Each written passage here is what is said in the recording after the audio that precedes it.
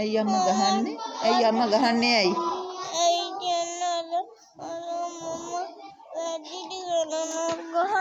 කවුද වැරදි කරන්නේ?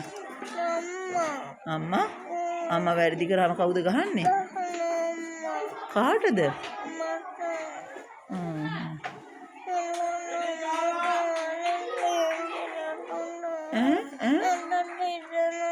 රිදෙනවා? ගහනකොට කොතනටද ගහන්නේ අම්මා? කොතනටද ගහන්නේ? පෙන්නන්න බලන්න ගහන තැන. කොතනටද? කො බලන්න පෙන්න.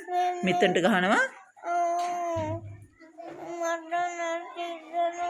රිදෙනවා?